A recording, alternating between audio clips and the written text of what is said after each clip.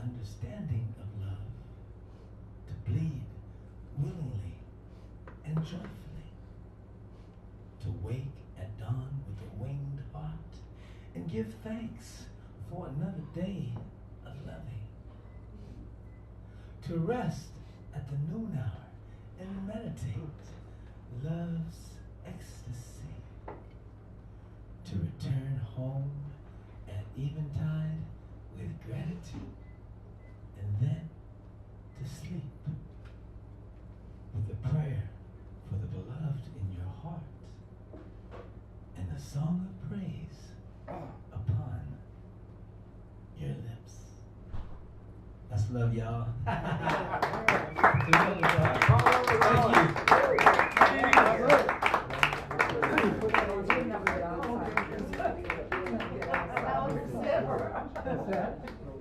All right, Clyde, Yasmin, and that takes care of the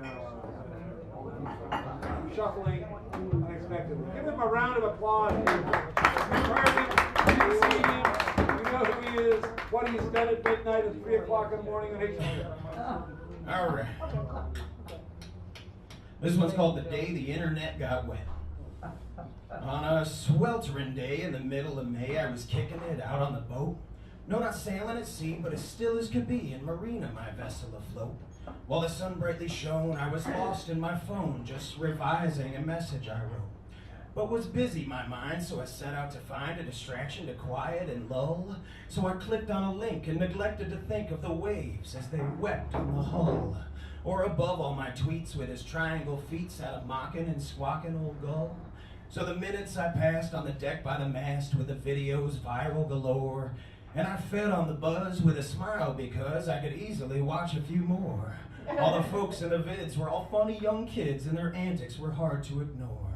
When some splashing I heard that I thought was a bird, it inspired my head to look up. Such a beautiful sight that I jumped in delight and I spilled what was left in my cup. What was paddling by with a glint in his eye was a slippery sea lion pup. To the railing I rose, and his whiskery nose, it was pointing at me like a spear. How I looked on amazed as with pity he gazed, for he dove to the depths of the pier. Then it died, my device, but I found that quite nice, as my mind, it was finally clear. Thanks, everybody. This is the day of the end. Based on a true story. Now, for this next one, if you would all please join me on the rooftop. Because this is going out to my squeeze Viennese, and it goes like this. Oh, marvelous Marlene, oh, forager of friends, I'll craft these lovely stanzas one by one and just for you, and let them be a gift upon your ears. Enjoy them once, enjoy them twice, enjoy them not, enjoy them nice, but know that they've been wrought, oh, just for you, Marlene. The world around us seems so blight, the people pass with somber eye and drenched in lie and evil's might. Alone I am, my heart a void, my day is gray and night a fright. A knife is poking between my ribs and tickling my back with each and every breath I take, but oh, I never bleed. I close my eyes to see your walk, to see your grace, to see your face, and oh, your smell that's lodged upon my lobes so well, so why do you seem so gone? When on the streets and patio your strength survives and lingers on, enriching all our lives, we know you're there, just not so much no more. No being to adore, just mists and clouds and foggy skies to look upon me like your eyes. Marlene, Marlene, Marlene. Thanks, everybody. Tune in this Friday night at Cali International. You're the host there, right? Yeah. Cali International every Friday. 7 to 11. 7 to 11? 7 to 11. Where? What? Be there at 7:30. 7:30, yeah. 7:30. You have to tell me the specifics as I updated those. Oh. All right. Okay, thank you. And now we have someone who's gracing the stage, hasn't been here for a while. A prose artist betimes, many other things besides that. But I will let her explain herself. Yasmin, come on up.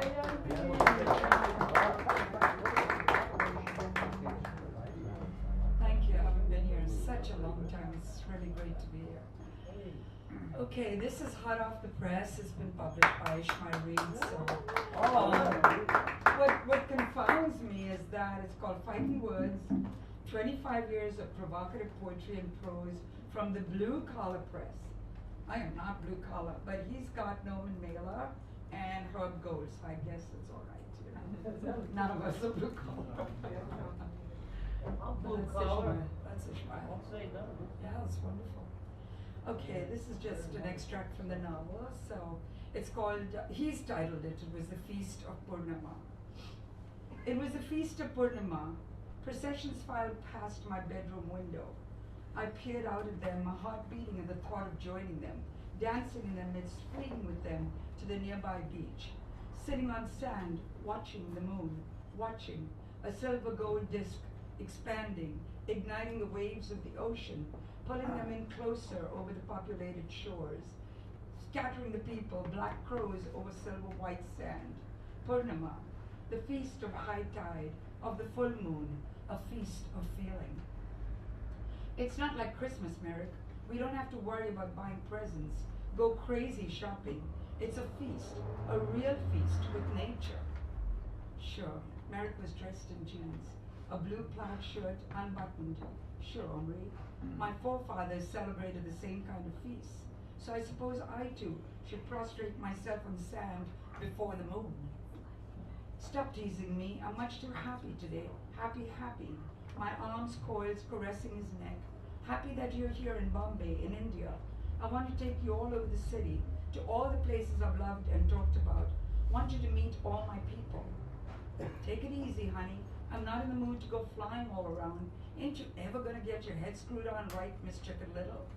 Stop teasing, Merrick. Okay, I won't argue with you today. I know you want to gad about. You hear the bongos outside and your feet start moving to the rhythm. And yes, I'd rather spend the evening at home, read a book. God, what I'd give to spend a day reading at home. Someday, Henri, someday, you will want to stay at home and read. I've stayed home enough for a lifetime, damn it, Merrick. I've only just come out of my prison. You kept me in Cambridge. I don't ever want to see another book, and certainly not Naipaul's books, which you seem to read all the time. You don't know nothing about Naipaul, Henri. You don't even read him. I don't want to read that overinflated, pompous pariah who lives in London and thinks he knows my India. Perhaps he knows more of your India than you ever will. If he does, then I've nothing to love about India. Naipaul has never loved anything. Let me show you. My home is out there. Let's see it together. Let's see it, instead of reading about it in books. You can see it in books, Merritt said, shaking his head. But I want to argue with you, not today. His arms coiled around me like twisted banyan tree roots, hugging the earth. I love you, honey. I've come to your India, but our home is back in Massachusetts. We must return together. Don't leave me again. I've come to take you back with me. Merrick unbuttoned his shirt. I watched him and clasped my hands around his chest. Tell me you loved last night. I loved you last night. His hands pulling me into bed, his hands engulfing me, wings of dragonflies settling over still waters, delicately folding over fragile abdomens. Outside, the sound of bongo is louder, their beat lapping against my ears, each lap pulsating with shuffled footsteps, women dancing in the streets, silver anklets on silver streets, the moon too silver and distant, rising, settling on the oil chandeliers carried over the heads of the men who lead the processions. We joined the processions, Merrick uncomfortable in the crowds, holding on to me, I leading him, feeling the jubilation of the crowd, as I always did with the crowds, even those of the Boston Haymarket. Now don't go crazy, Merrick warnings at regular intervals. It's mad out there, Henri. It's a stampede, his voice drowning the bongos. We joined them, let them lead us to June Beach. There the men formed a circle. The women gathered inside the circle. They stretched, moved to the music, narrow as biscuit stems, creeping out of petals. They stood a moment, silently listening to the chants from the men around them. Their feet moved slowly to the chants, barely rising above the sand. I watched Merrick. I pointed out that I thought he wasn't really seeing. The people blending into the moonlight, into the sand. Unity, I said. Tumult, he said. The smell of burning wood, Merrick pulled me. There was no place to move. Fire, he said, move, Omri, move. No place to move. Flames visible through the shadows around us. Merrick pulled me away from the flames. I pulled him back. That's Ravan, the villain, the epic Ramayana. Remember? I told you about him. He's the one who kidnapped Sita, the heroine. Look, they're burning Ravan. We must watch Ravan burn. Merrick protested. The flames rose over the crowds. They ignited the face of the 6-foot effigy. We must see Ravan burn, I pleaded. He pulled against me. There's no way to get there, he said. It's crazy out there. A hush fell over the crowds. Thank you.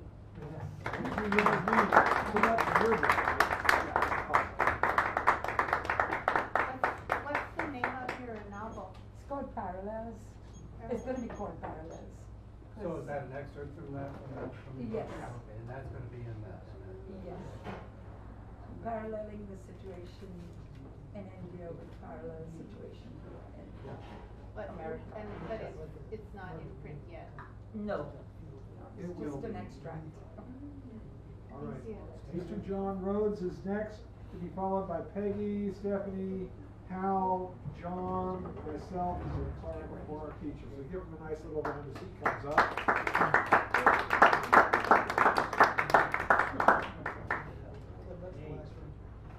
Let's see, I had one here picked out.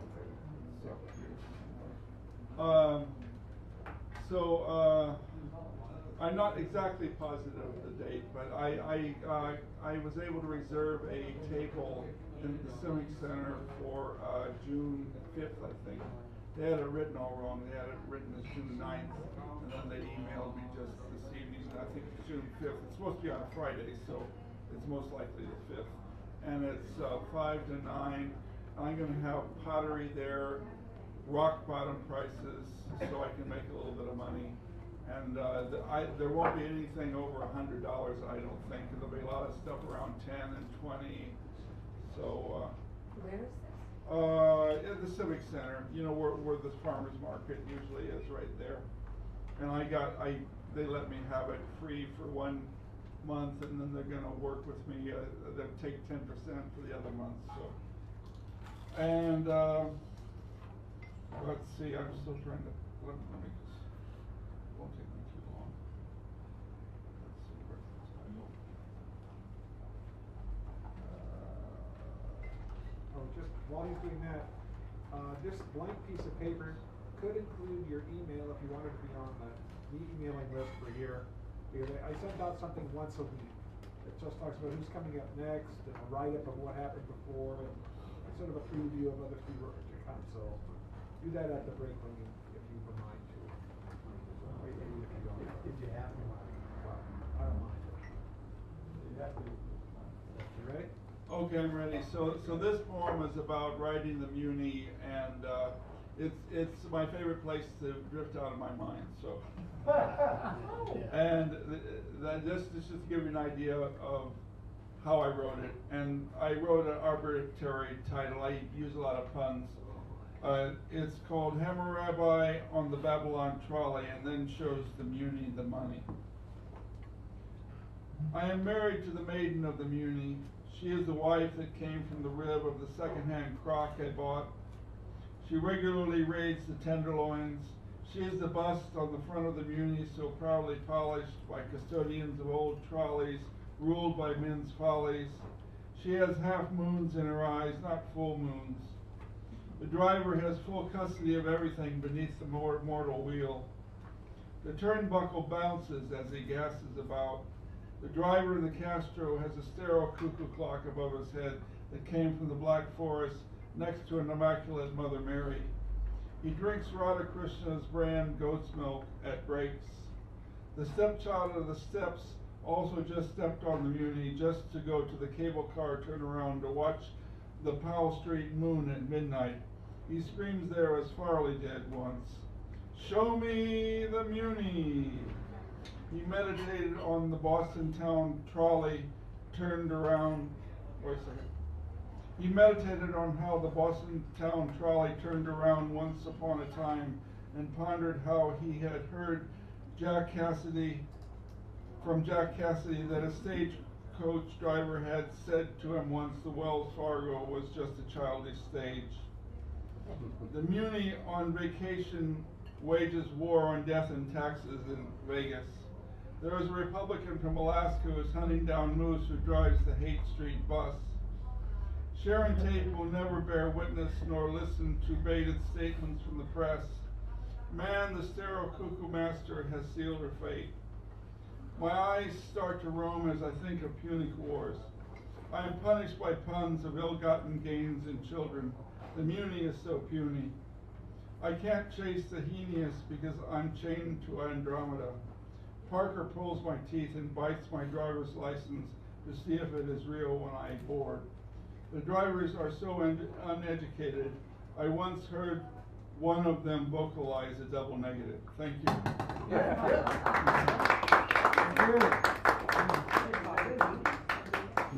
All right, that brings us to Peggy Morrison.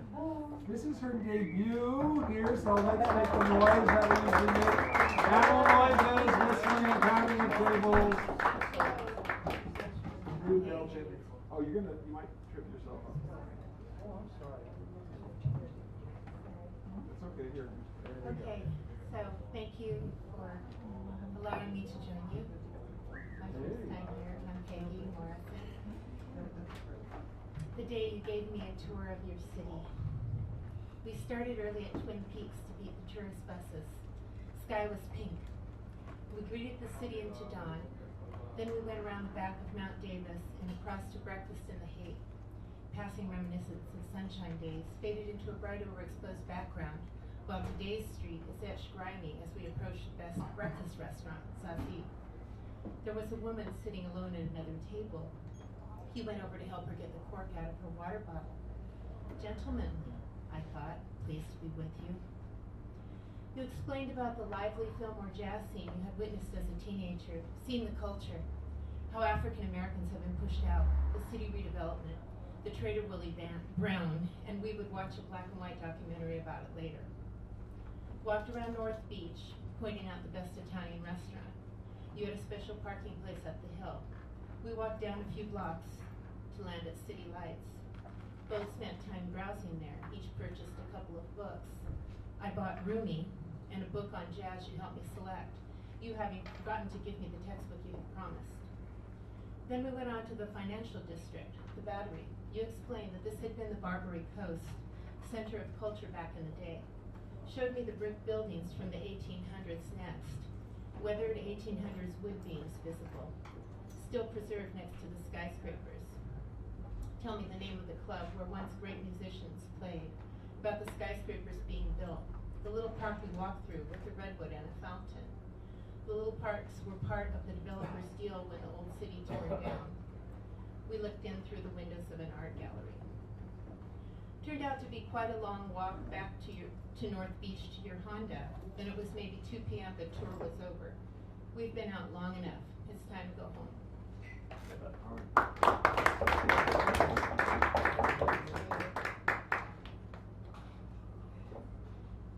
I can't find you. The physical fact of you is messy. Like a box of wrenches in my kitchen. Harsh. You there in the chair. Deny all the sweet intimacy of my daily dreams. The hot passion of my persistent memories. You there in the chair are just mechanical, an iron lung. How do I get real? I realize that I'm ignoring the here and now of you. I'm trying to connect with a vestige of who you were when there was chemistry between us.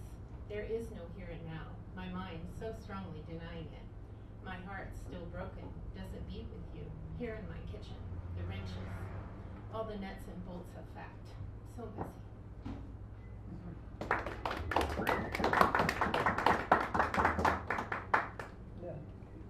I'll end with something I wrote today. Simmons Trail, Mount Tam.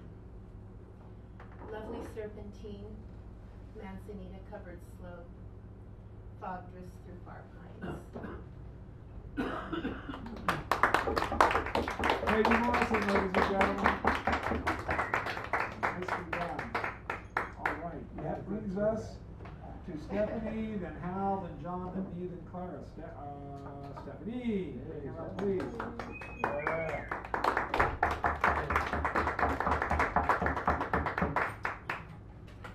The demon departs, having flown away and left me on a pedestal rock high and solitary in the golden light of dusk out here in the vast desert, where the landscape disappears over the horizon into endless possibilities, mind unlocked. I am grateful for my hardened inner core, made of steel and gold, and decorated with purple petunias, molded by experience after experience, and tempered with the resonance of well-played trumpets, timpani, taiko drums, and many fine train rides to the virtual and real hinterland. I welcome the return of mechanical function, the gears and wheels of thought's engine, driven by poetry's muse. I remember this wind I feel blowing in my hair today. I remember it. Maybe even now, the composition of my path ahead is taking shape. Vision clearing. I am on third base and can see home plate.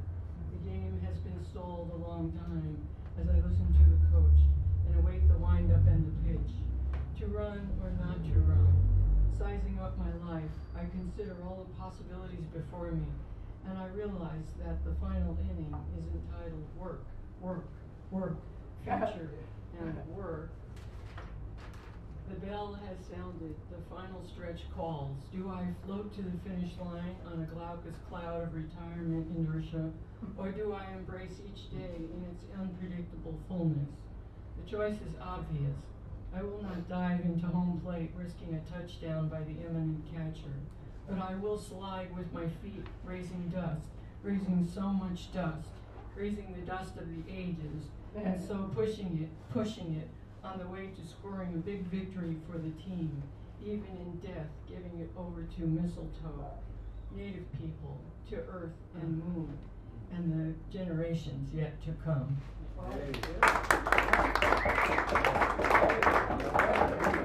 That's what I'm talking about. That flag needs to hear all that. All right. Hal Robbins. Give him a nice round of applause. Man of voice, man of social concern, man of wit. Thank and you. wisdom. Thank you.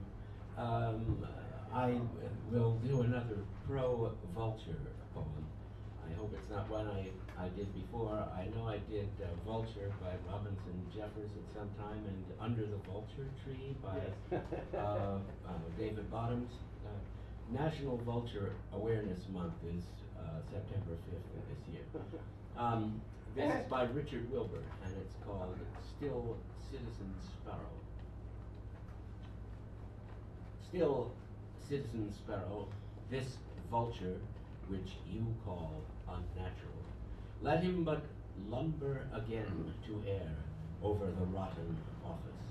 Let him bear the carrion ballast up, and at the tall tip of the sky lie cruising. Then you'll see that no more beautiful bird is in heaven's height, no wider, more placid wings, no watchfuller flight. He shoulders nature there, the frightfully free, the naked-headed one. Pardon him, you who dart in the orchard aisles, for it is he devours death, mocks mutability, has heart to make an end, keeps nature new. Thinking of Noah, child heart, try to forget how for so many bedlam hours his saw soured the song of birds with its wheezy gnaw, and the slam of his hammer all the day beset the people's ears. Forget how he could bear to see the towns like coral under the keel, and the fields so dismal deep. Try rather to feel how high and weary it was on the waters where he rocked his only world and everyone's. Forgive the hero, you who would have died gladly with all you knew. He rode that tide to Ararat. All men are Noah's sons.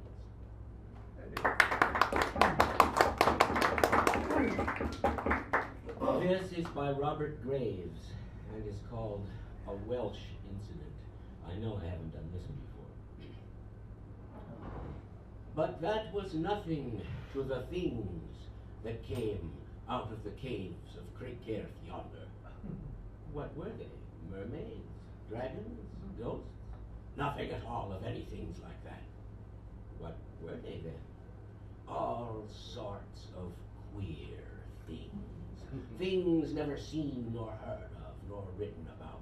Very strange, un-Welsh, utterly peculiar things. Oh, solid enough they seemed to the touch, had anyone dared it. Marvelous creation, all shapes and sizes, and no sizes. All new, each one perfectly unlike his neighbor, though all came moving slowly out together. Describe just one of them. I am unable. What were their colors? Mostly nameless colors. Colors you'd like to see, but one was puce, or perhaps more like crimson, though not purplish. Some had no color. Tell me, had they legs? Not a leg nor a foot amongst them that I saw. But did these things come out in any order? What o'clock was it? What was the day of the week? Who else was present? How was the weather? I was coming to that. It was 3:30 on Easter Tuesday last. The sun was shining. The Harlech silver band played Macogiese on 37 shimmering instruments, collecting for Carnarvon's fever hospital fund. The populations of Port Airlie, Crickairth, Portmadog, Porthrimmadog, Pembrin, Raith were all assembled. Crickairth's mayor addressed them first in good Welsh, and then in fluent English, twisting his chain of office in his fingers, welcoming the things. They came out on the sand, not keeping time to the band, moving silently at a snail's pace, till at last the most odd, unaccountable thing of all did something, recognizably a something. Well, what? It made a noise. A frightening noise? No, no, no. A musical noise? A sound of scuffling? No, but a very loud, respectable noise, like groaning to oneself in chapel just before the second psalm. What did the mayor do? I was coming to that. And I'll close, if I may, with one by Dylan Thomas. I think I'll close with one by Bob Dylan. A lyric is called The Ballad of Frankie Lee and Judas Priest. Well, Frankie Lee and Judas Priest, they were the best of friends. So when Frankie Lee needed some more money one day, Judas quickly pulled out a roll of tens and placed them on a footstool above the plotted plain, saying, "Take your pick, Frankie boy, my loss will be your gain." Well, Frankie Lee, he sat right down and put his fingers to his chin, but with the cold eyes of Judas on him, his head began to spin. "Could you please not stare at me like that?" said Frankie Lee. "I know it's just my foolish pride, but sometimes a man must be alone, and this is no place to hide." "All right," said Judas Priest to Frankie Lee. "All right, I'll leave you here, but you better start picking which of those bills you want before they all disappear." "I'll do my picking right now," said Frankie Lee. "Just tell me where you'll be." Then Judas pointed down the road and said, "Eternity." "Eternity," said Frankie Lee, with a voice as cold as ice. "That's right," said Judas Priest, "eternity, though you might call it paradise." "I don't call it anything," said Frankie Lee with a smile.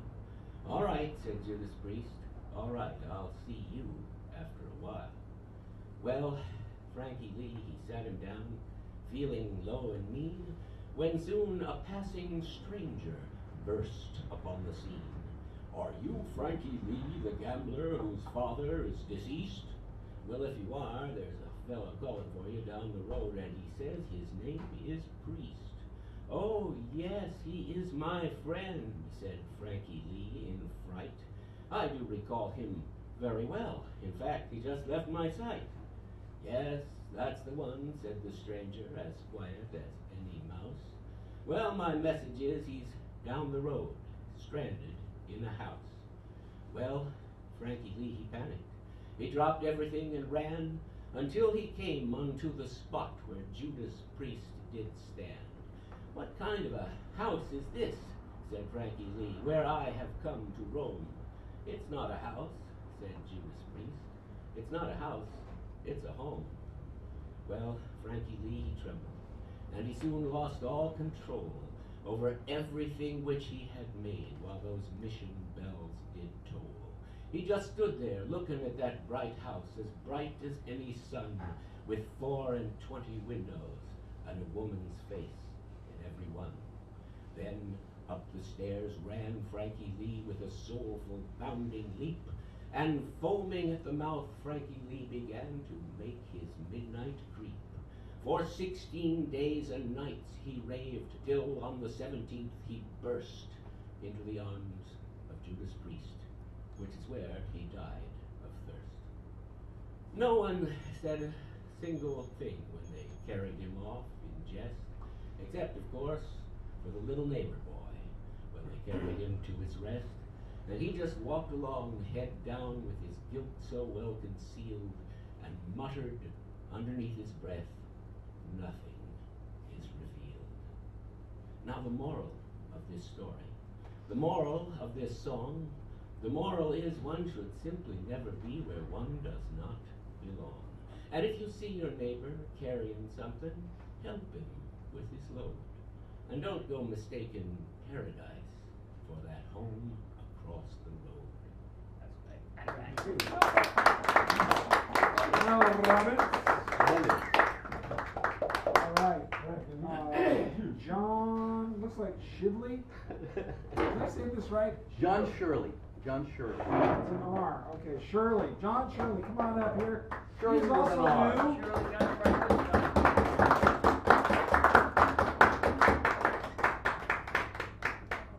How are you? I'm all right. Hard to follow Dr. Howell, but do my damnedest. I haven't got classics, but have something that is at least old-fashioned in its style. So that will have to stand in. 2 short poems. And they're in, by the way, this is Spectral Realms, which is edited by S.T. Joshi. Some of you who are aware of maybe connoisseurs of weird fiction might know his anthologies of fiction. And it's kind of inspired by the poems of people like Clark Ashton Smith and Lovecraft. He also wrote poems, and also Swinburne, people like that. So I've got a couple in this one.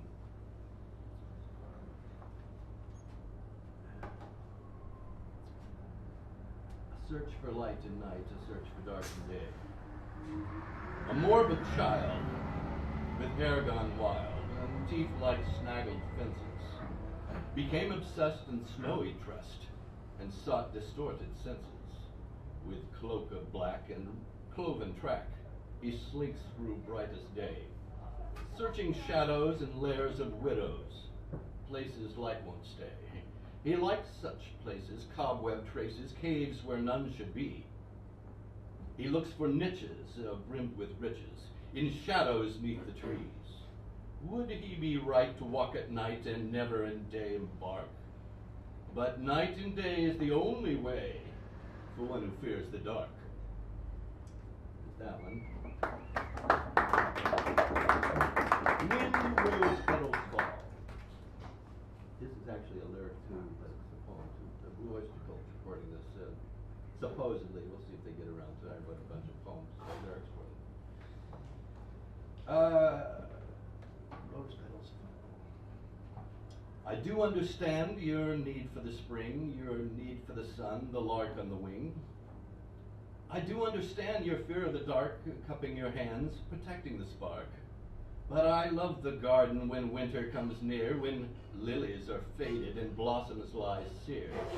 Then quite another tune plays at the ball, the sweet, sad lament, when rose petals fall. When rose petals fall, when rose petals fall, the kiss of the blade, when rose petals fall. When rose petals fall, when rose petals fall, and youth's beauty fades, when rose petals fall. The desert arises where grasses once waved. The child realizes the world is enslaved.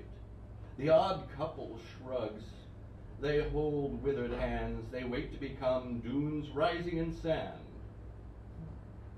But beauty's an actress who takes many roles, and many's the child who shivers in cold. And I hold the petals in my aching hand, and see a cold beauty when ice cloaks the land. When rose petals fall, when rose petals fall. The kiss of the blade when rose petals fall. When rose petals fall, when rose petals fall, and youth's beauty fades. When rose petals fall. Yeah, man.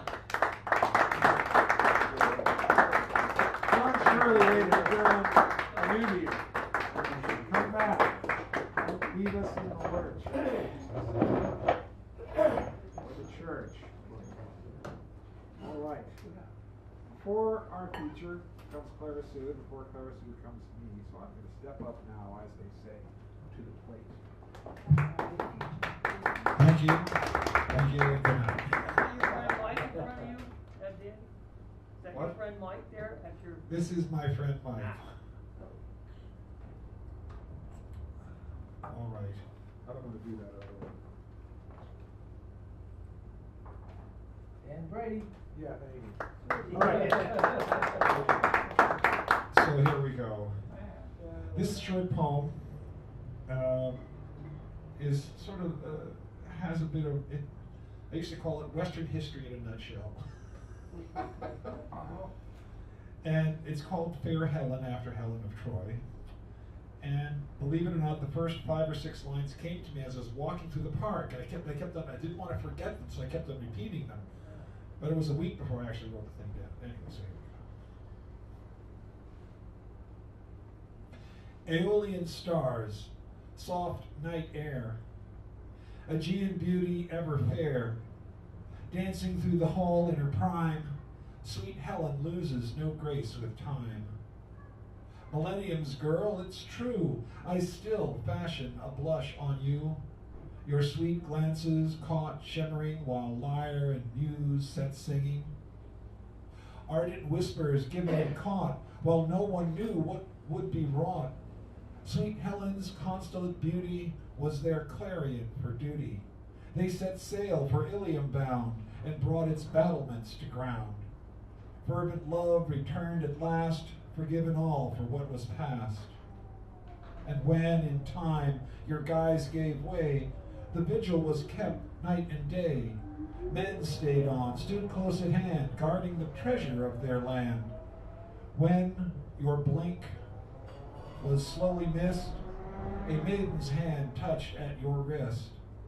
But here, now, though ages have passed, your beauty continues to last. What is the mystery we have here? Why should this tale be so dear? Could it simply somehow be a story worth eternity?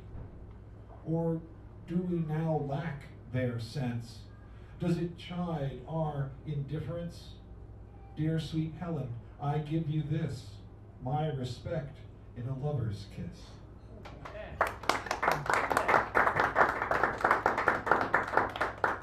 And then this one, for which I need my glasses, but I made it into a smaller font. Silly me. Oh, so much better. They call it singing. Ballerina is on the For miles around there is farmland, but I stopped to look at you, a great but lone tree of a kind I do not know, but which has taken root here for some long time, in the soft love of the Great Mother, through the parade of seasons. Your leaves seem golden in this light, and you whisper your limbs, motion, so thousands of leaves follow in millions of ways. This is your body singing. No wonder the children love to come near and regard you as friend. Home to any bird, they join with you, though they play tunes of feast or drink, and you sing only of time. I took a portion of this day to touch you with peaceful intent, give you a pat, speak softly, and, in a way, offer to you the grace I feel as my beautiful eyes behold your elegant, naked frame.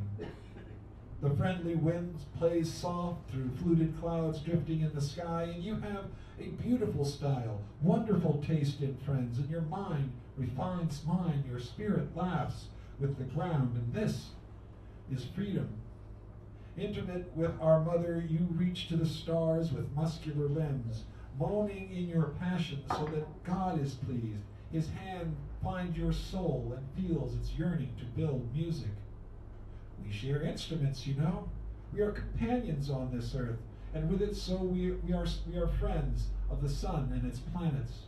Mountains and clouds envy your dance as they might my legs or tongue, were I among them and singing as I do now, hopefully with you, as you dance. So there'll be no sleep tonight.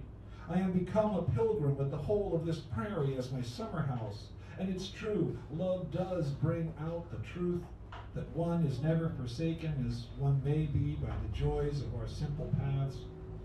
Surely, my friend, we can guide each other here, find what's hidden forever when all we have is time. That night, heaven lifted its filmy veil, revealing the magnificence of myriad worlds flung out upon the universe of unlimited love. And our conduct of that love was exemplary. Thank you.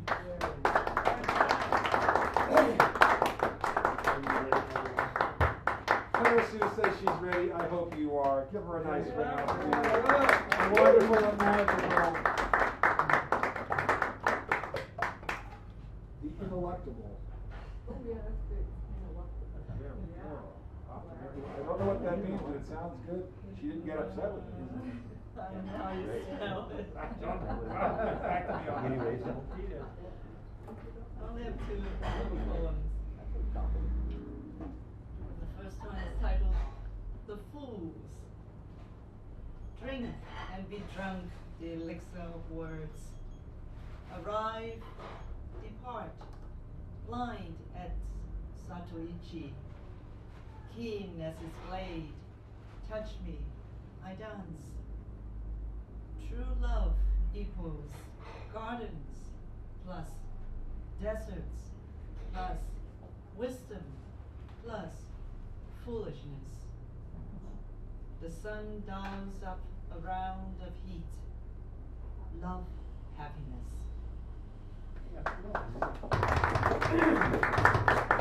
It's titled A Seafood Ditty. Set the crab to the lobster. Man's fingers are no match for my claws. Set the lobster to the shrimp. We get eaten 'cause we're easy. Set the shrimp to the crocodile. You, softy, better run away quick. They'll serve you with a pot of rice. They'll serve you without blinking twice.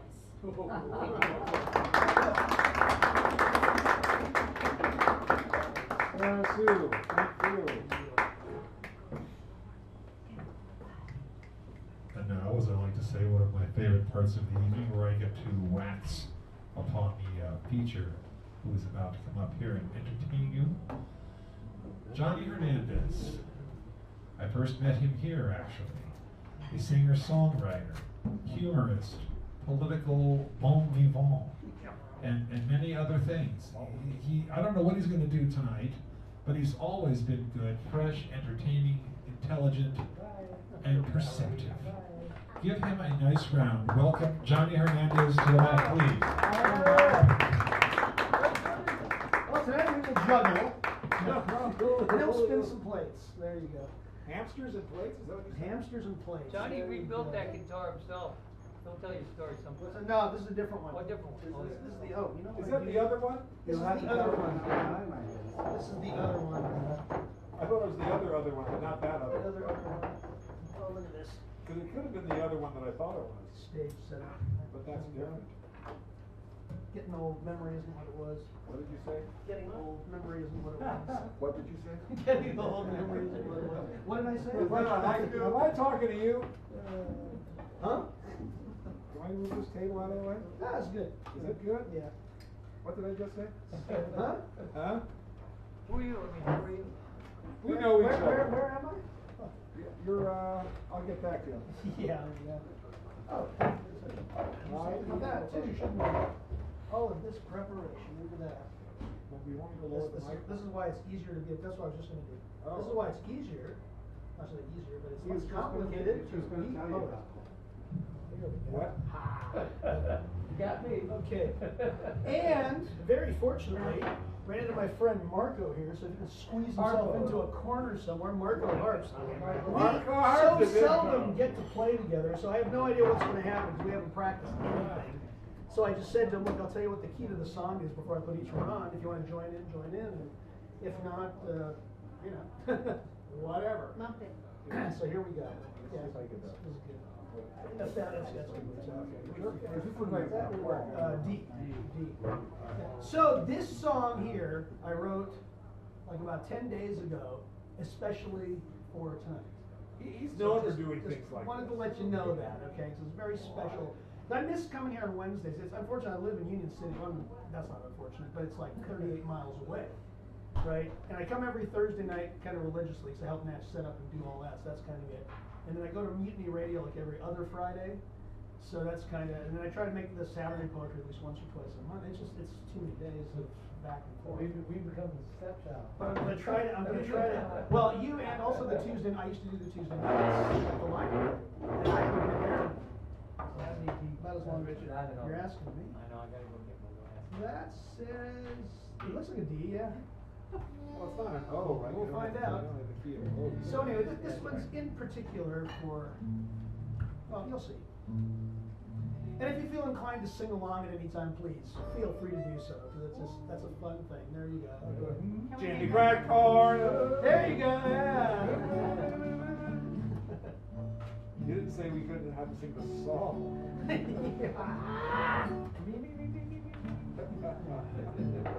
If you wander the city streets day or night, well, you might be a poet. Prefer metaphor over simile, well, you might be a poet. If you strive to make words shine and rhyme and write lines in notebooks all the time, you're not committing any crime, but you might be a poet. Oh, you might be a poet. You might be a poet. Whether or not you know it, you might be a poet. If little cafes are your favorite hangout, well, you might be a poet. If you say coffee house in lieu of coffee shop, well, you might be a poet. If your hot drinks come in paper cups and it takes you hours to finish them up, you haven't done anything corrupt, but you might be a poet.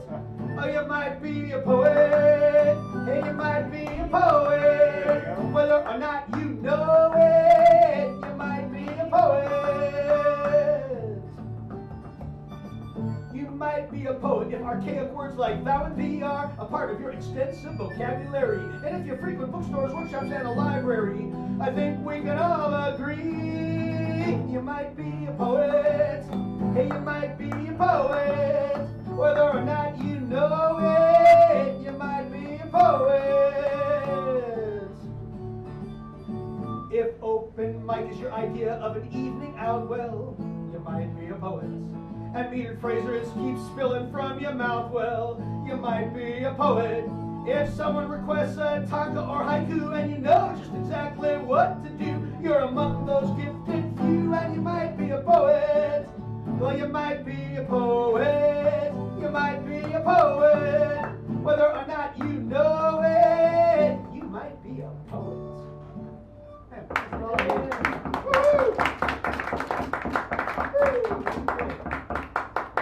Moving on. I've tried to make a few different So this is one I wrote quite a while ago, and people laugh. And I dare you to try to sing along with a sing along with this one. Yeah. Good? Why it's too fast? You'll see. iPhone, iPad, it's all about attitude. My pride reaches beyond all platitudes. I indulge and I invest, and I think things are really the best. But I do have one itsy bitsy teeny tiny request. I want to call it the me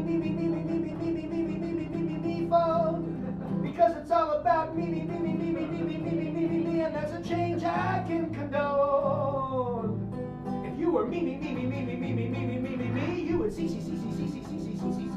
why the iPhone should be called the me phone. Want to try to sing along? Me phone. There you go. Me phone.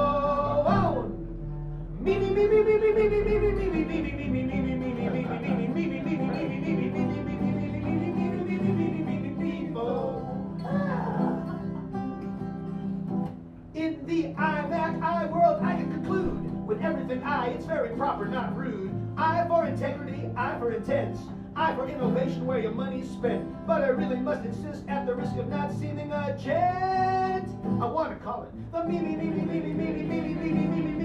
phone, because it's all about me, and there's a change I can condone. If you were me, you would see why the iPhone should be called the me phone. Woo! Okay. I need, I gotta get the latest technology and nothing less. Being interconnected on the wireless is a bit of an addiction, I must confess. But I can access or download anything to inspire, incite, or impress. And this will also work for an iPad. I want to call it the me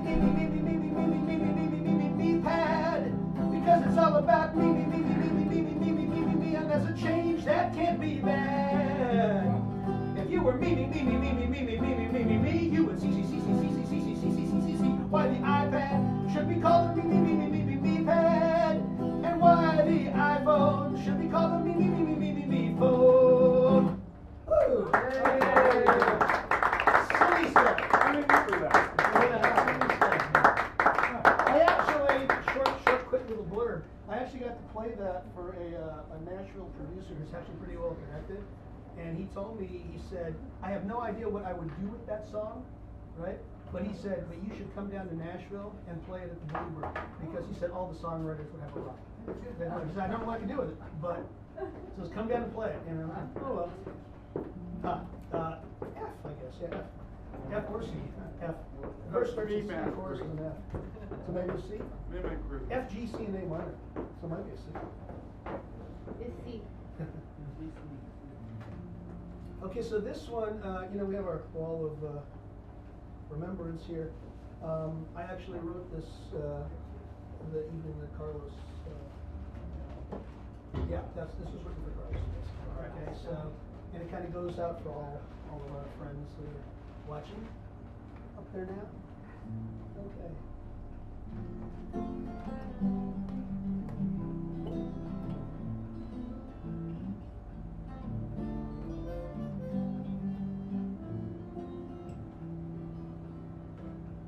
I saw you today when I looked up to the sky. Your face in the clouds brought a tear to my eye. I could almost hear your whisper as the wind breathed a sigh. I saw you today when I looked up to the sky. We all know we're given time, however short, sweet and sublime. Whatever you do with it, darkness or shine, once you're through with it, do you have peace of mind? Oh, I saw you today when I looked up to the sky. Your face in the clouds brought a tear to my eye. We all grow through our own choice, seeking wisdom, finding our voice. Cherished memories help us rejoice. We all grow through our own choice. Oh, I saw you today when I looked up to the sky.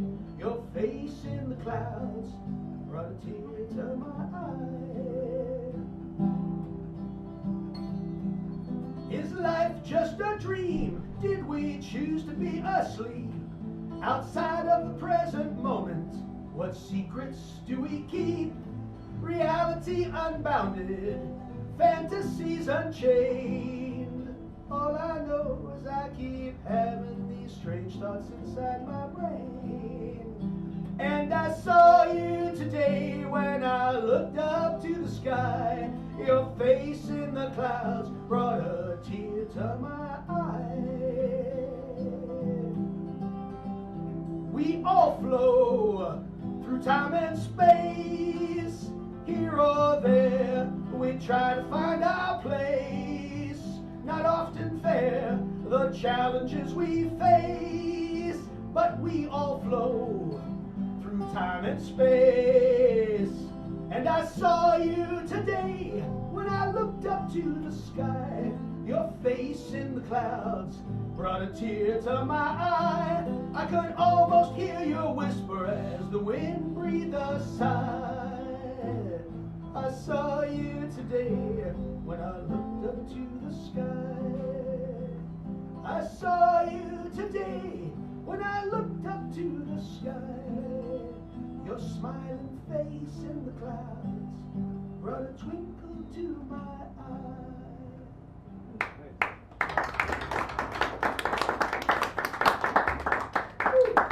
Okay, let's get a little politics and the environment going here. D, be like a key of D. Chorus starts in G though, so either one. What's the very first chord? The very first chord's D.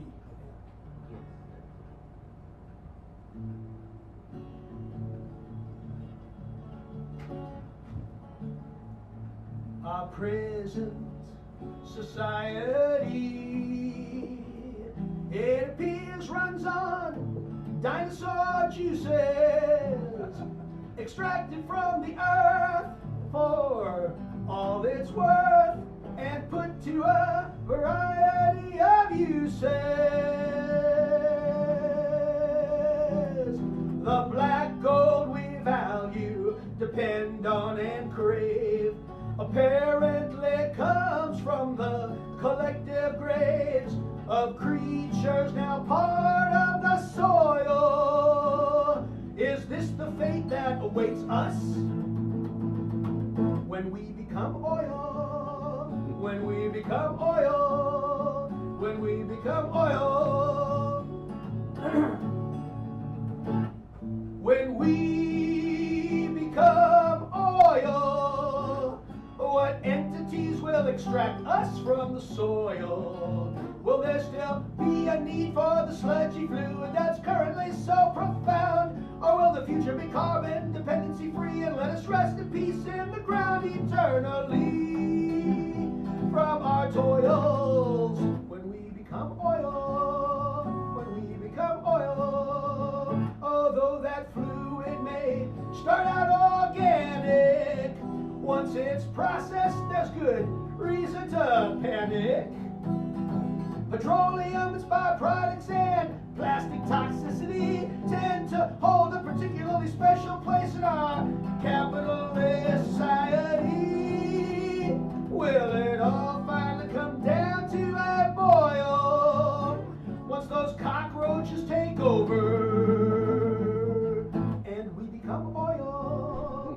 We become oil. We become oil. When we turn to sludge and our bodies break down, will there be still potential energy? Is that what we are for the new ruling crowd? And at convenience, like aluminum foil, is that organic destiny? When we become oil, when we become oil.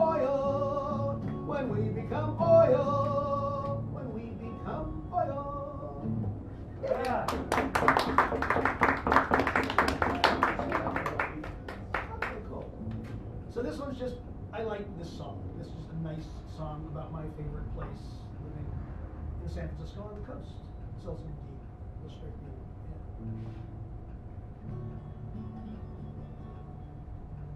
Yeah. Take a walk on the beach. Taste the salt in the air. Just a stone's throw away from some of the greatest mysteries out there. Thinking about who's on the other side, such a long distance away. I've gotta wonder if they feel like me as I walk along the sea today. By the ocean, ocean, by the ocean, ocean, sea life just within reach, sand dollars and clams, jellyfish so frail, colorful snails all make me contemplate who I am. I've got to marvel in this moment at all the life I cannot see, hidden just below the surface, waiting there for discovery. In the ocean, ocean, in the ocean, ocean, greenish blue right up to the horizon, as far as my gaze will go. Beautiful hue reflecting the sky above and protecting all the wonders below. The waves of the ocean, ocean, the waves of the ocean, ocean, footprints in the sand, so many stories there. High tide washes away all the tracks of the day, letting you make new ones to anywhere. When you go barefoot, do you realize those granules between your toes were once the mightiest mountains millions or billions of years ago, washed away by the ocean, ocean, washed away by the ocean, ocean. Take a walk on the beach. Okay,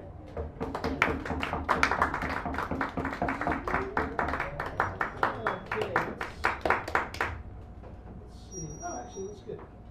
This one's on A. That's gonna Okay, so this is actually probably one of my newest ones. I wrote this about like 2 weeks ago. Oh, by the way, at the end of this whole thing too, if you want, I give these to all my friends. This is like a flash drive.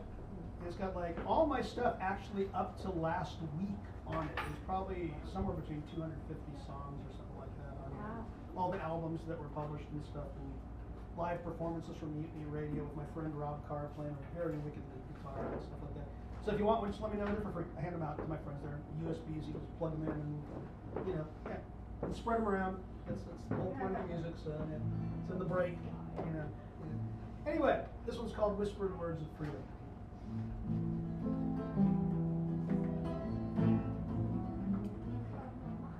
Whispered words of freedom in your ear, barely making a sound, but the message is loud and clear. Whatever it takes to chase away the doubts, evade the fear. Whispered words of freedom in your ear. Whispered words of freedom in your ear. Written words of freedom on a wall.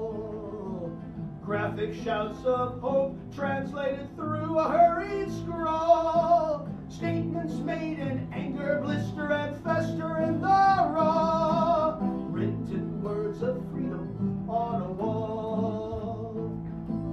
History too often tends to repeat. Watching it all go down again is painfully bittersweet.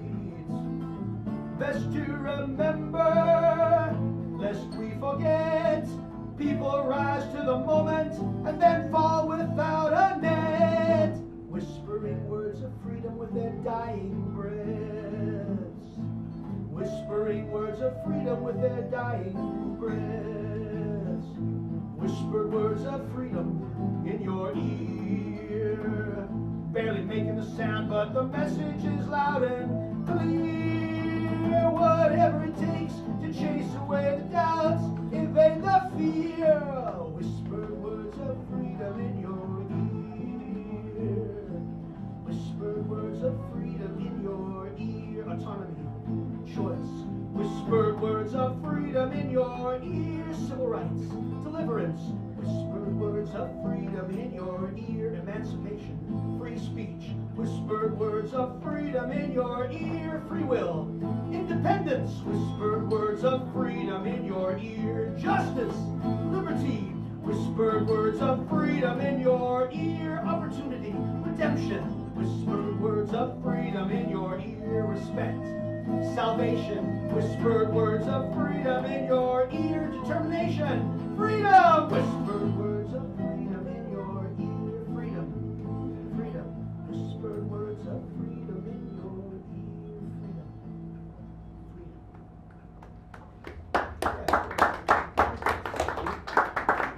Squeeze one more in? Shorty? Squeeze one more. Okay, let's end with something just fun and silly.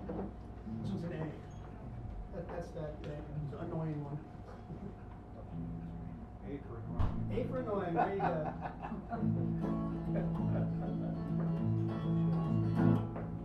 Everybody brings out the worst in someone. Everyone annoys somebody sometime. You may not think it's true where it applies to you, but when all is said and done, everybody brings out the worst in someone. Oh yeah.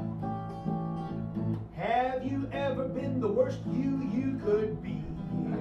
Because some persistent soul keeps barking up your tree. And even though you try to be nice and let them down gently, they refuse to take your hints until you lose it completely. Oh, everybody brings out the worst in someone. Everyone annoys somebody sometime. You may not think it's true where it applies to you, but when all is said and done, everybody brings out the worst in someone. Are there times when you just want to be left alone? No interactions, face-to-face, web or telephone. But one of your acquaintances can't resist your personal distance zone and keeps pestering you until your cool is blown. Oh, everybody brings out the worst in someone. Everyone annoys somebody sometime. You may not think it's true where it applies to you, but when all is said and done, everybody brings out the worst in someone. Now this may seem just a bit extreme to you, but if I owned a gun, I'd be locked up for what I'd probably end up doing, like waving at some annoying clueless people and then watch them run. Oh yes, everybody brings out the worst in someone. Oh, everybody brings out the worst in someone. There we go. On that note, that was fun. Johnny Hernandez, backed up by Mark O'Hart. That's a few people who are singing clap along. Thank you. And I can't thank you enough for letting me play for you guys. That was fun. You'll be coming back at some point. He has those little thumb drives. Yeah, I have those thumb drives. drive. If you want a thumb drive during the break, just come on and see me. We're And gonna yeah, take a please, short you're welcome. 10-minute break. Oh yeah, put them right over there where the other ones are. The other one is. Remember I brought that one there. Right there, right there. All right. So quick 10-minute break. We'll be right back. We have Mark O'Hart coming up, Garrett Murphy and Pablo Rosales before Richard Sandrell are mini. So schmooze as you need to, as you enjoy to, as you would like to. Be smooth. Oh, you're not in Sesame, are you? Oh, wow. You haven't been on the TV show, have you? What? Oh, you were going to. Then you go. I'll find somebody else. Oh,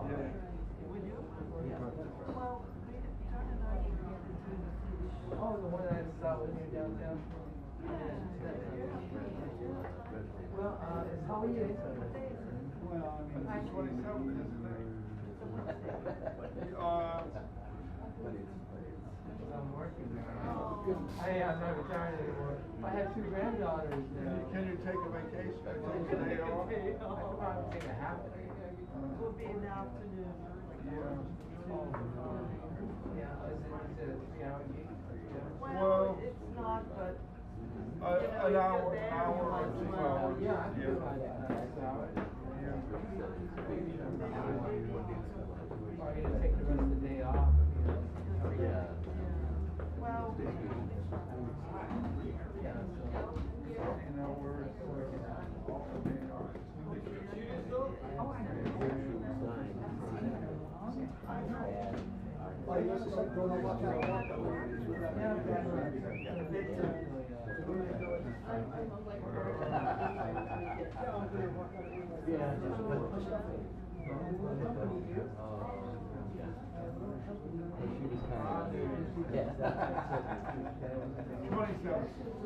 Wednesday.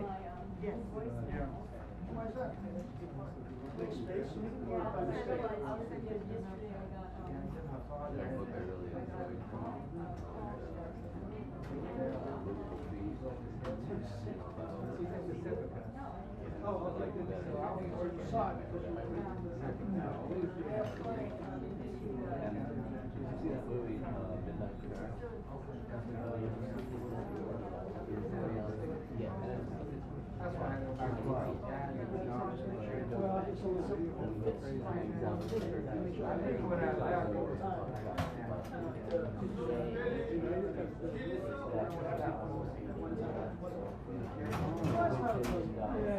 Well, Bob really showed it with the blurs with you. And this is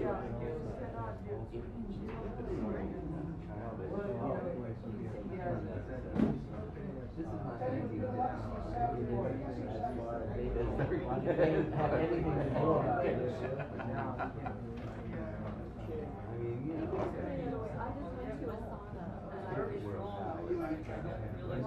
Yeah, I was talking to Oh.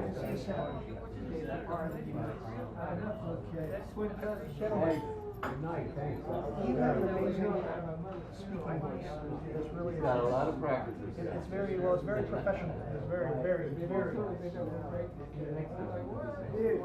was fun. That was fun. Yeah, excellent. Early, well, in early morning. School. Hey, enjoy that. The long trek tonight. Okay. Good job, man. I love that.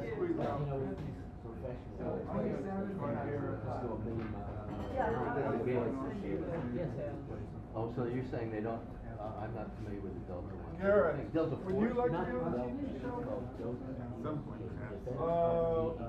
We have an opening the 27th. 27th, I guess it's 25. I think it's 1 to 5. Yeah, they go right through the cut scenes. Yeah, they go 100 miles an hour. Well, you can hardly blame them. Although players at home, I know, players at home, very, some of them will reverently learn, especially if they love the game, play it through what's kind of fast, and then they'll play it again, and they'll want to learn. 1 to 5. Or you can come like for an hour or 2 if you need the time. We like people to be there the whole time, but you don't have to for 1 or 2 hours.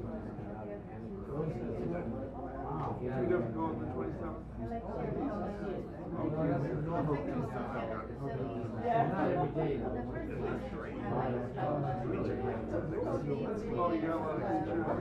Albert Alien. Oh, that's fine, yeah. I don't know. Go ahead.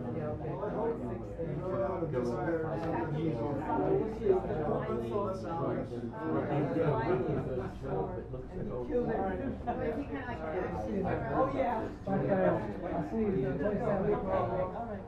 Alright. Your part. So I put it You in. told me about this place. No, this one you're talking about the kids is the actually fan. Beautiful. Well, actually, my dad. Do you have very many, regular poems that are in this program? That's why you know that. Or,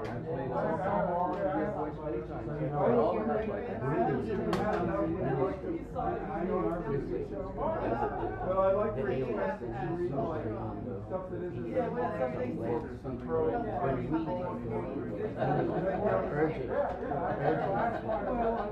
It's for the best. Yes.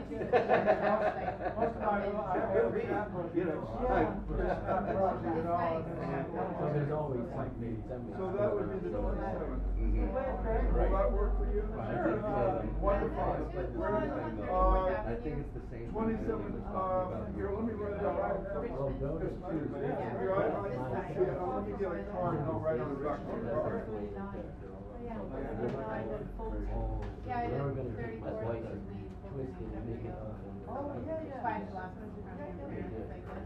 They were happy with it. It's good. Is that what you read? No, this isn't done by Telltale Games.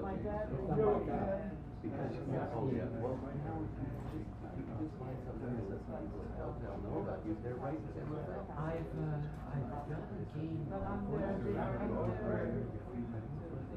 These have the living dead. You don't take any news. Mari Post. Recording, but they never used it.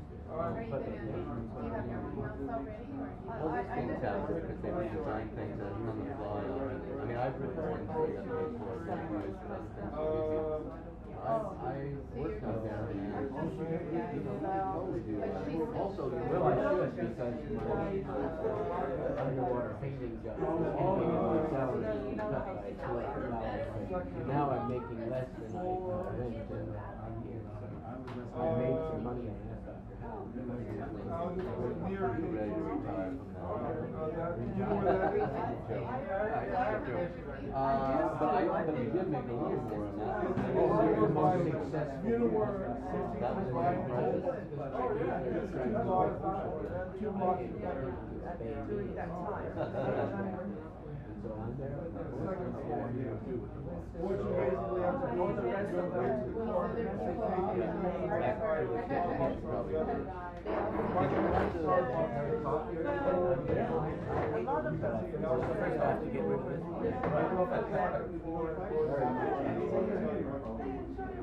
This guy, they weren't mine, but. I mean, the way you recite it. Oh, he has great poems. I put him in, but they accepted it was Do you confused people. live here? Yes, I live in South. Yeah, and you've been here before. He's been coming in for about a month. Okay, so I I'm a friend of Martin. He told me. Okay, yeah, yeah. I really enjoy reading both of your poems. You're gonna come back more often? Write more about the love. Oh, yeah, that's right. Maybe I go and eat more lobster. I have more lobster. Allowing the love spirit is like this very ancient practice. All right, ladies and gentlemen, returning to the open after a wonderful feature. John Hernandez had to take it off. You have to go? Yeah. I But, will, at 1:30. I wanted to point out this really quickly. Garrett Murphy did show, and he brought some of these, so it's the information about him and all the other events attached to this thing. The International Flor y Canto Musical Festival, so there's extra copies here if you wanted to make sure you know where Garrett is. It's right there. There's a couple other flyers about it here also, smaller ones similar. And then if you're interested in a great Saturday night, poetry thing, there's a little flyer here for La Prama. All right. So let us begin a nude. Marco Harps, then Garrett Murphy, then Doris, then Richard, who will close us out as the clincher closer, super duper, hunky dory bulldozer. Alrighty. He doesn't like me saying that. I'm gonna play for this. You're gonna do it, play into that, are you? No, I'm not. No, you're not. How are you gonna play into? Ethereal air that is there. Ethereal. Fortunately. Force. Fortunately, the air's still there somewhat. You didn't need any coconut tonight. You didn't need any coconut tonight.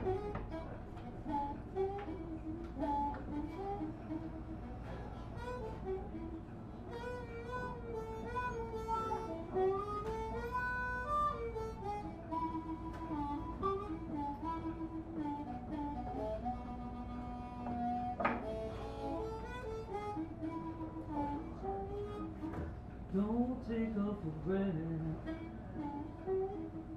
She has a hard time. Don't misunderstand her. Don't play with her mind.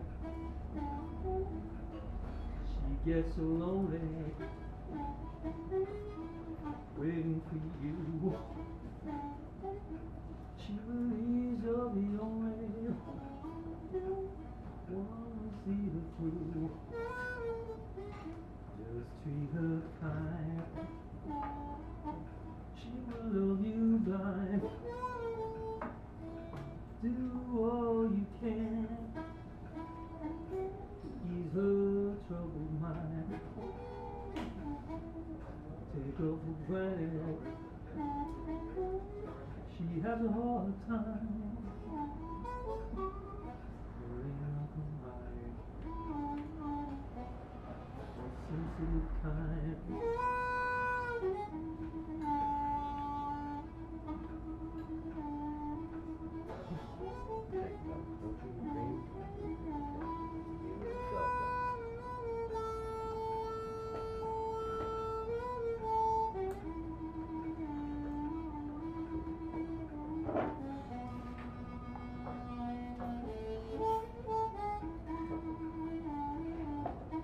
Just prove you love her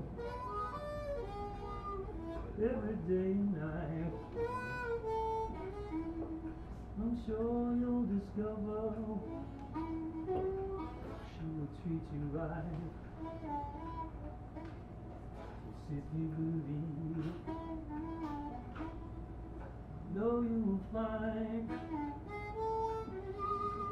there ain't nothing like sensitive kind.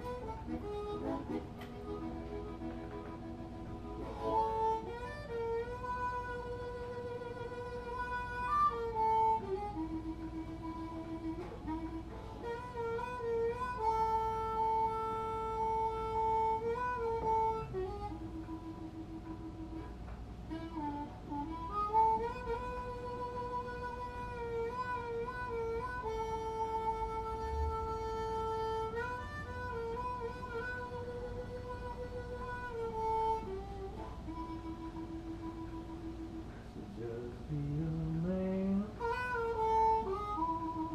prove you understand. Don't make me mad, just hold her hand. Take her for granted, she has a hard time. There ain't nothing like it.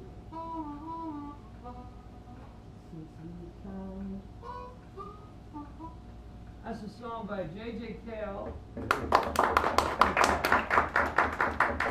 away about 2 or 3 years ago now. That's my favorite song he wrote.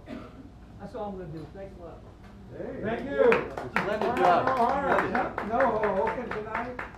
He does a great poem about Oh, Hogan, yeah.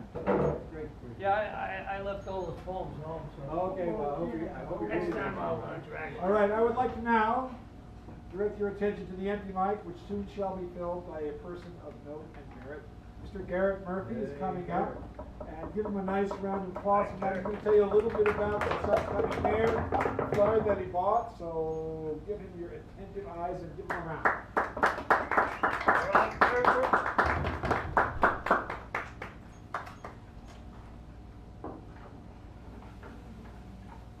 And then we have Doris before Richard.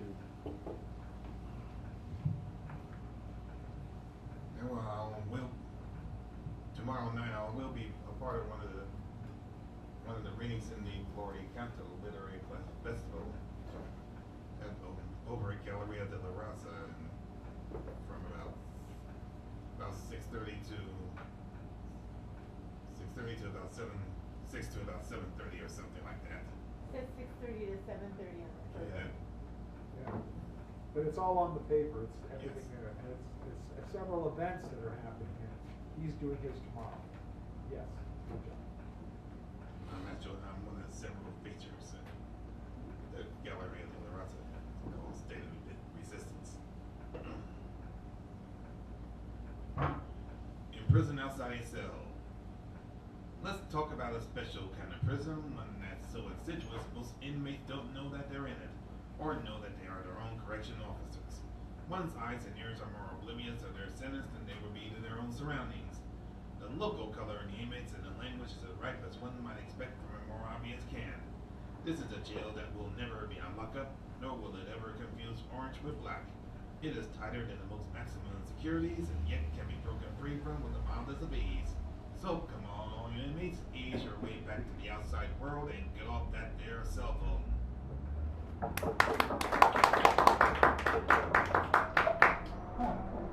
Little baby blue, quit blowing that siren. Thank you for your voice of authority. Scolding as if you were fit to be any parental figure. Respect you as a voice of authority. What authority? Think your pampered position is favorable, or that costume of a seer makes you a really big shot? No, you're just a really big snot. Oh, what's else now? You claim to be a poor, beleaguered minority just like me? Nope, sorry. You chose to be in this minority. You chose to be a bully, and you chose to be trying to conceal your own lack of balls by trying to destroy others, and still you demand respect, and still you demand to be loved and thanked. One could say instead the 4-letter F word or the 5-letter S word, but of course you have the course to do that in your bed. Go there for your smooching, little baby blue.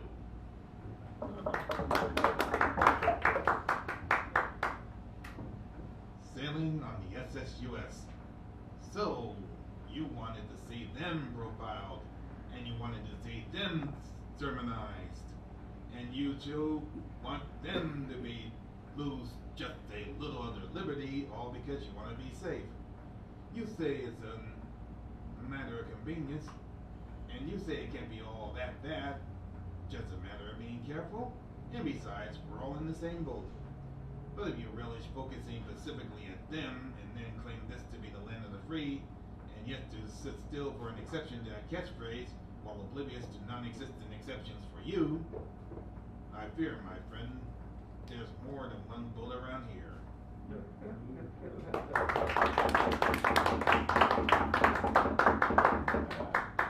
Always bang for the buck. Thank you, Garrett Murphy. And now, before our closing mini feature with Richard, we have a new person here. Doris, it's Rubio, correct? Woohoo! I said it right. Doris Rubio, give her a round as she comes up here. Fear not.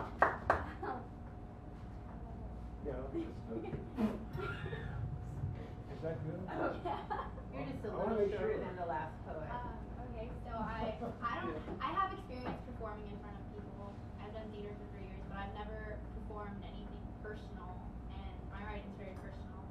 Although I want to be a writer as a career, but I've just never. This is a good place to start. We're friendly. Yeah. Do I just move on? Well, you have 5 minutes, so just if you have, you can do. If you have little short ones, you do a few. If it's longer, you look at me and I go, maybe. It's okay. Gradually, then suddenly. Oh wait, hold on a second. You need to make sure you're get really cool. Get really about like that. Gradually, then suddenly. Each day builds up gradually. Better, stronger, healthy. The face of bright, shining ambition, fresh-faced opportunity, optimistic youth. Then suddenly, immobilized, stopped dead in tracks, soulless, empty creature, skin rotting, face bloating, diseased. A pariah dropped down into a morbid swamp of self-loathing, indulgence. There I lie for days at a time. The swamp becomes clearer, brighter, gradually. I struggle through putrid sludge, ominous shadows, unfriendly trees, until I can breathe again. It is a crisp, clear day. It is spring. Life has started anew. Rebirth and beauty. Suddenly the flowers are dying and I'm ugly.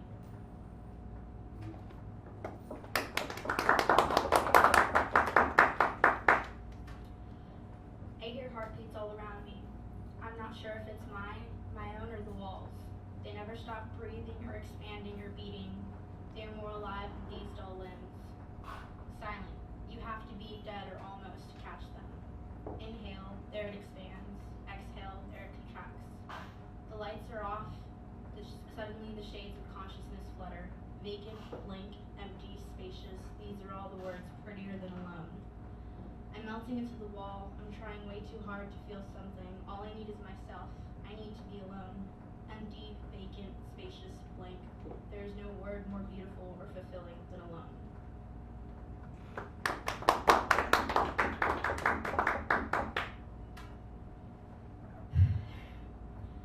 Maybe I'm a vampire, soulless and empty.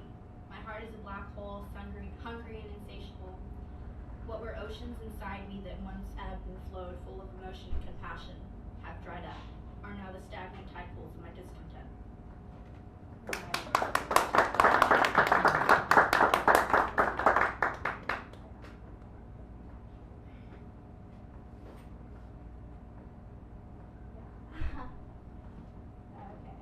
This one's very personal, so I don't know.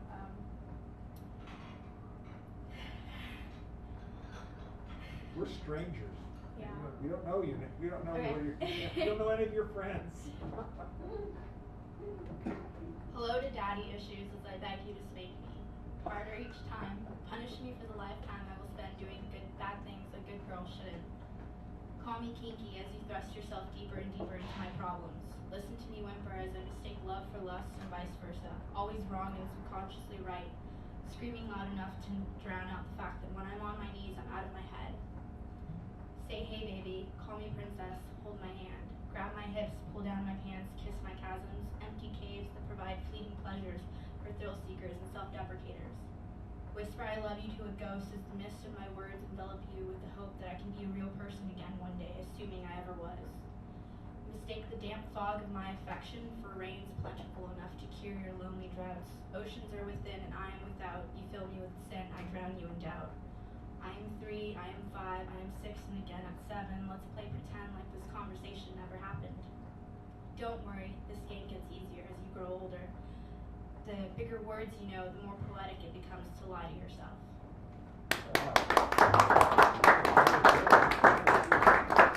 George Rubio.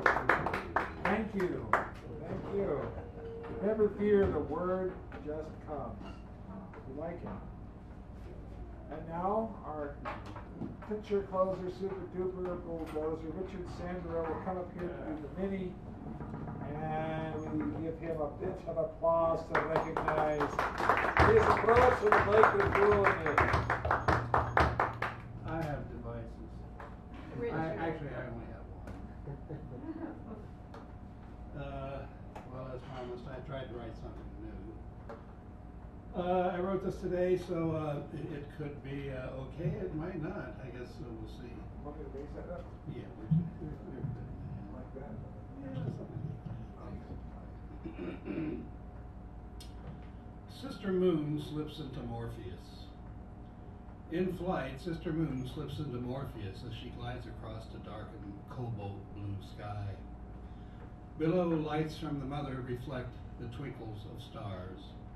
The Milky Way slashes across the dome sky as the universe with all its stars as backdrop. On the ground, away from city lights, looking at the dome sky, falling rocks burn as things flow from east to west. People there know their place in the bubbled universe. Flora and fauna talk to each other in the night, looking for love and food under the vaulted sky. In the cities, people rush around looking for love and food under the same arched roof. Above, the most they see are the moon, planets, and Orion, with Sirius as the largest of stars. City people believe that they are the center of the universe and are unaware of their position in the real universe. Most seldom never touch the earth unless it's in a city park. They have no real relationship with the flora and fauna. City people, know your place.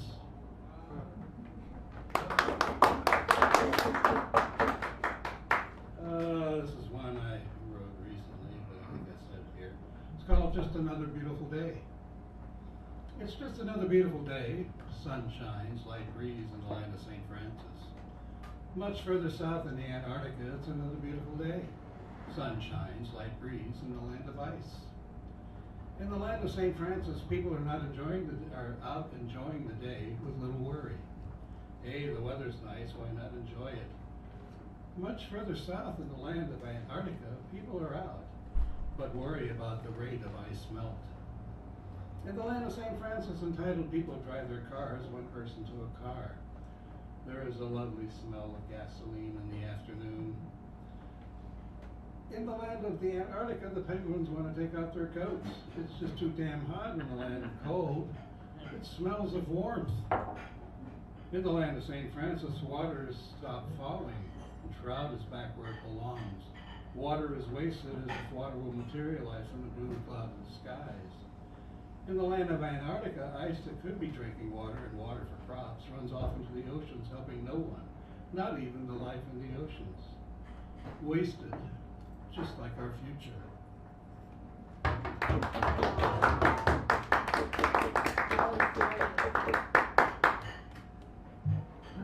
This is another new one. More to her than just being the coolest. When I was 11, my uncle, who had become my adoptive father, drove to Florida to see my mother's side of the family. My Aunt Ines and Uncle Art and their two sons, Richard Glenn and Eddie, had recently moved from Fort Lauderdale to Dade County. They lived next door to a Cuban family. I grew up in Fort Recovery, Ohio, where there was only white people, so driving down from Ohio to Florida was my first experience seeing people in the flesh, people of color, instead of on a black and white TV. One day, I went outside and the Cuban kids were playing in their front yard. They invited me over to play. I was happy to do so. Spanish, of course, was their first language, but they spoke English as well, where I only spoke English. We played as kids do. When they spoke Spanish with each other, I would try to mimic it, but of course, it was only gibberish. But every once in a while, I would actually say something, and they would laugh at me. Or laugh, not at me, but with me. My greatest regret is that I never learned Spanish, as I have barely conquered English. As we played, I noticed someone was standing in the front doorway. She is the grandmother who watches as we play. I remember that I thought this was the coolest person I'd ever seen. Her skin is dark and she has deep lines in her face. She has a headscarf and looks like a woman pirate. Her eyes are kind and she has a pleasant smile. She smokes a fine Cuban cigar. The tip glows as she drags off her cylinder of tobacco, blowing blue smoke as generations had done before. There is a sweet, peppery, earthy smell from the cigar smoke that she expels from her lungs as it glides in rhythmic cascades of circling air and ends in the final explosion, fading into the hot, humid air. This was no Madonna. This was real flesh and blood. As I think back about this time, maybe she was a holy woman saying her prayers and blowing the smoke of protection for her children, who now included me, so that I would always remember her in this day and carry it with me for the rest of my life, and to have an understanding of who the Earth people really are. There was, in the end, more to her than just being the coolest.